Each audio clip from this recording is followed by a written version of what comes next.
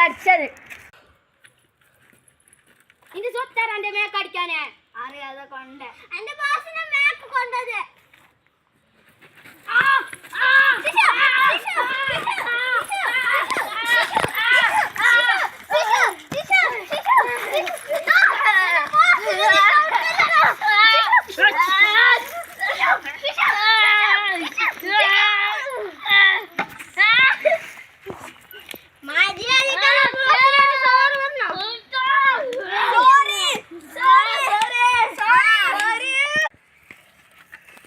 നിങ്ങളുടെ പിള്ളേരെ തന്നെ തൊടു അല്ലേ നീതി ജന്മത്തവർക്ക് നീ